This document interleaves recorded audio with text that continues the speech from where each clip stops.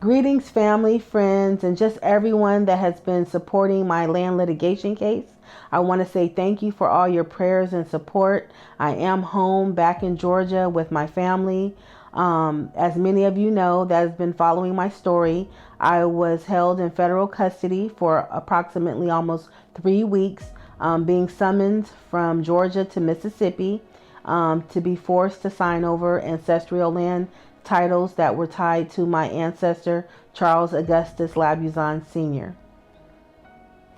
How I got into the space of federal land patent litigation was because I had began doing a deep dive on my ancestral family lineage back in 2020, and from there I ended up stumbling across these land patented titles that were issued out to my third great grandfather and his 2 business partners who were originally from New Orleans, but their land patents were in Mississippi. I discovered that these land records were forever titles, and they were given out in a variety of different congressional laws and rules and treaties and things throughout the history of America. But these were forever titles that were given to the early Americans at that time, and it would be a title that would be given to them and their heirs forever. Doing a little deep dive on the land and looking at the chain of title, I came across the current defendants who were on the land, and discovered that the titles in which they were occupying the land on did not actually tie back to anyone in my family line or the line of my grandfather's business partners, which then put up a concern that they had a broken title. So a broken chain of title is when you have a gap of time between the original patent or land title holders and then subsequent owners who would claim to be on the land. And so upon doing further research and looking into the Mississippi records, I discovered the further information of the chain of title on the land pretty much showed that in about 1919 or so, you just have a break of time where people just started hopping on the land, in and out, in and out, in and out, all the way into the current time period. So again, my ancestor was issued these land patents in 1840, and it's not until 1919 time period you'll start getting people, individual companies that began hopping in and out of the land over the years. So my grandfather, Charles Augustus Labuzan Sr., was actually originally from Augusta, Georgia, and then he moved over to New Orleans in his early 20s, where he then lived out the rest of his life. He was a military man. He participated in the Spanish-American Wars. He was a part of the Orleans Grenadiers and led the militia there in New Orleans, and then ultimately even was a private and then brigadier general in the Confederate Wars as a man of color.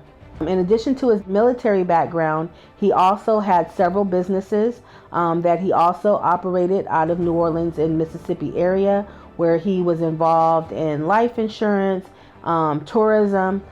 He was a part of a hotel project that was in Biloxi, Mississippi, called the Ocean Springs Hotel, back in the early 1800s. And also now that hotel, I believe, is called the White House Hotel, that is currently being occupied in Biloxi, the southern part of Mississippi, where I found some more historical evidence of other beach homes and things that he had in that area as well. And so again, he was a well-established man of color and a fighter for our country, and I am so proud to be his descendant. So in 1840, Charles Augustus Labuzan Sr.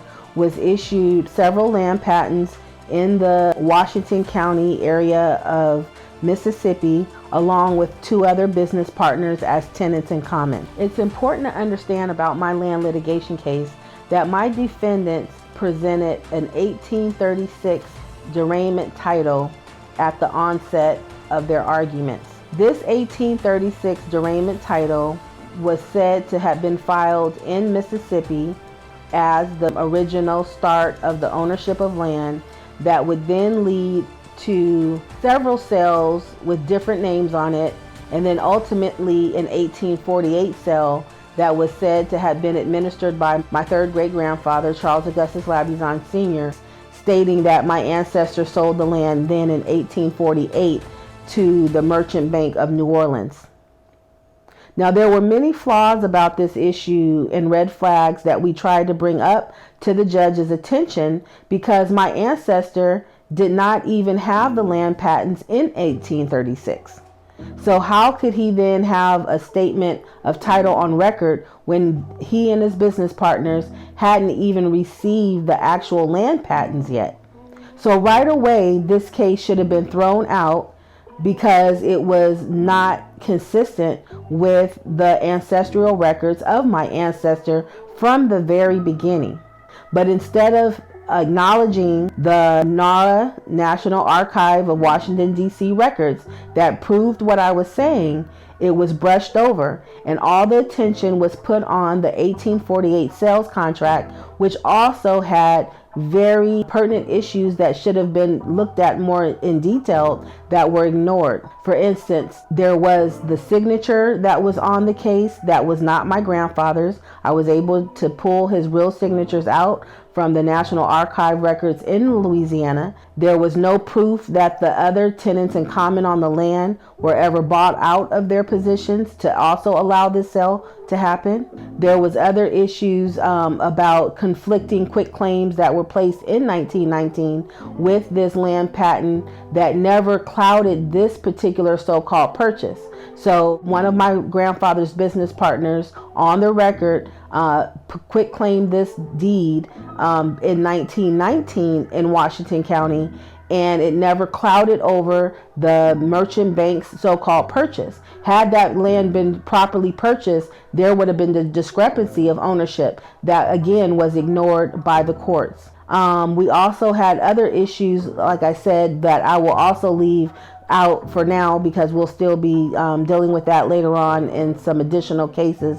So I don't want to disclose everything here. But again, there were many red flags to show that my grandfather did not sell that land, nor it did any of his business partners. We didn't get a chance to go into discovery.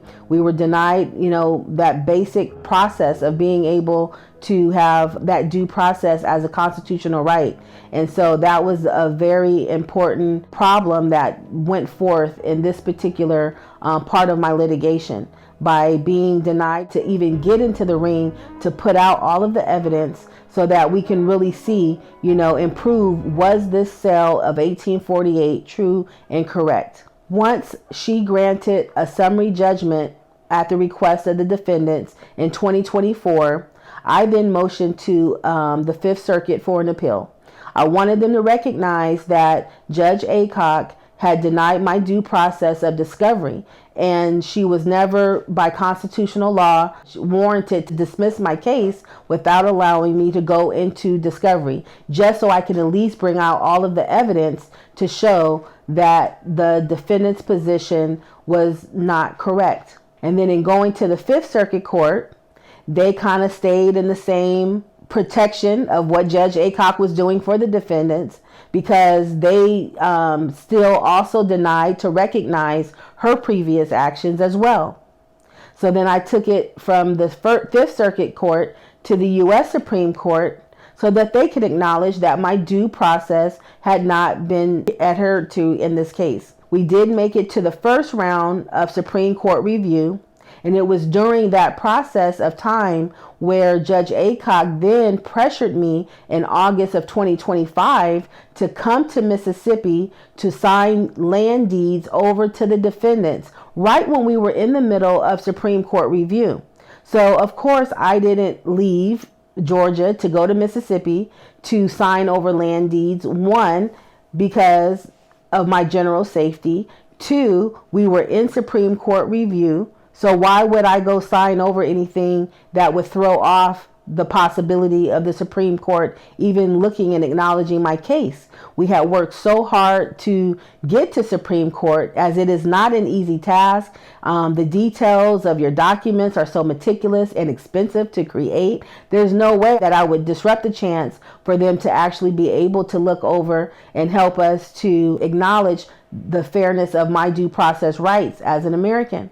So I did not go to the court in August. So it would be in December that Judge Aycock would put out a communication to meet via Zoom with myself and all of the defendants' lawyers to see where we are. Because although she had already issued a summary judgment, so that means my case was basically dismissed, that I wasn't going to be able to litigate anymore, they still had to address the issue of signing deeds over that she had already stated on record over to the defendants. And so they wanted to see where we were on that, because she couldn't close her case out without addressing that issue. Prior to that meeting, I communicated to everyone that I could attend. However, I was not going to be coerced into signing deeds that were not truly linked to my ancestor. Because remember, their deeds all start with the 1836 land patent title that they claim was on record. And clearly the NARA records of Washington, D.C. shows that that is not true, because my grandfather did not even get his land titles until 1840.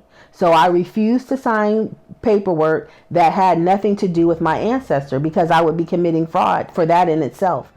It wouldn't be until March 31st that the bench warrant actually became activated here in the state of Georgia. And by June 4th, I went down to the magistrate court in Macon, Georgia, where our federal buildings are, to discuss the issue. And that's where I would then be detained, and began this 3-week process getting over to Oxford, Mississippi. I had to wait in one facility for about a week's time period, and then I got moved to another federalist facility for about an additional 5 days or so, before I was then taken on a plane in shackles with other federal inmates to fly out of the state to get us into different locations. I would be dropped off in Memphis, Tennessee, and then took another bus, or van I should say, to Oxford, Mississippi, which was just about an hour and a half or so away in driving from Memphis, Tennessee. And so then I would get to the Mississippi Federal Jail facility there, and then waited until I had my court date, which ultimately proceeded on June 23rd.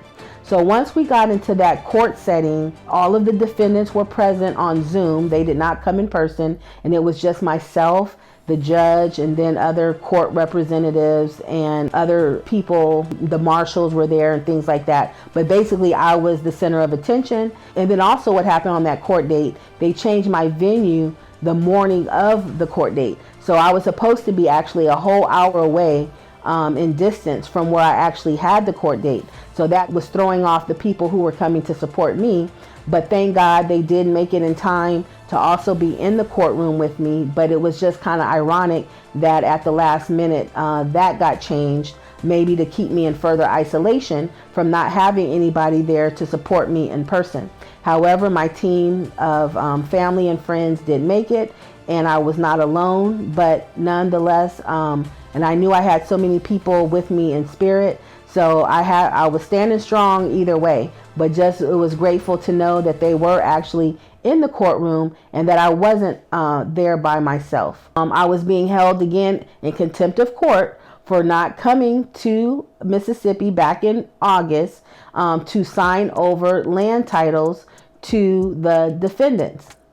Now, you would think, why is it so important for them to have my signature on land deeds, particularly when their argument is saying that I did not even possess the ownership of the land, and that all of my efforts were frivolous, and this whole genealogical record and history reclamation was frivolous. And they repeatedly said this throughout my case. However, they still wanted my signature on the deeds as the grantor and the defendants as the grantee, so that not so that we could clear their titles, but so that they can truly get true title. Because the premise of our argument, although it may seem new, it is not. There is tons of case law to protect patented title heirs. So I am not the only case in history that have ever gone forth with this claim. It may be a modern case, but it's not the only case. We are protected, and we're protected under the Constitution. And even though they don't want to admit it, They also know that what I am saying is true and correct. That's why they wanted my signature, because she could have just dismissed my case and then it would have been over. But my signature would have granted them the true title from the heir to them, so that way they would have the same power of the land, the access to the mineral rights, the airspace, and all of the protections that come with these type of titles in their possession. And by putting a federal warrant after me to try to scare me and break me down shows the length that they will go through to take what is ours. I was brought in. We went through like a 10-minute summary of what got us here, yada yada. And ultimately, I was positioned that if I would go ahead and sign these deeds over, I could basically go home right away with my family and friends who were in attendance. And I objected to signing anything, that was being presented. And in this particular setting, I just reversed it back on her in her summary judgment order, because her summary judgment order stated that my ancestor had conveyed his land ownership interest. So then I just put it back on her to say, well, if he conveyed his land ownership interest, then how can I now be his heir, signing over as a grantee on the very land that you claimed he no longer owned? Although that's not what I believed, I just put it back on her that, hey, based on your order, this is what you said. So then I asked her, are you asking me to commit fraud? Because basically something has to be going on here, or either that or you're saying that I am the original owner, because how could I be a grantor on land deeds that I don't own? And so I just kept flipping that back on her. And of course, she was frustrated with me. But as we went through 3 or 4 rounds of that, and every time she would heighten it a little bit more with more threats of jail, and she can hold me in jail indefinitely, and things of that sort, I just stood strong and just kept repeating the same thing back on the record. And ultimately, she had to come up with another plan. And then that's when she invoked what she called a Rule 70, a substitute signature type of injunction, where basically for me not complying, they can then have someone basically sign on my behalf. Now, I had a foresight that would be maybe the direction they would try to go. So I was able to put on record, that I objected to any substitute signature, Rule 70, and all of the other things that I felt were necessary to say in terms of bringing in any other land patents and interest and things like that I had, that I knew that they were aware of, in case they would try to pencil in some things behind the scenes after I left the courtroom. And so that secured my future and my future cases that are still in motion now, in regards to neighboring patents that I have in the same area. So I am standing strong, I am standing faithful, and I am standing for the people at this point. This fight was never just about me.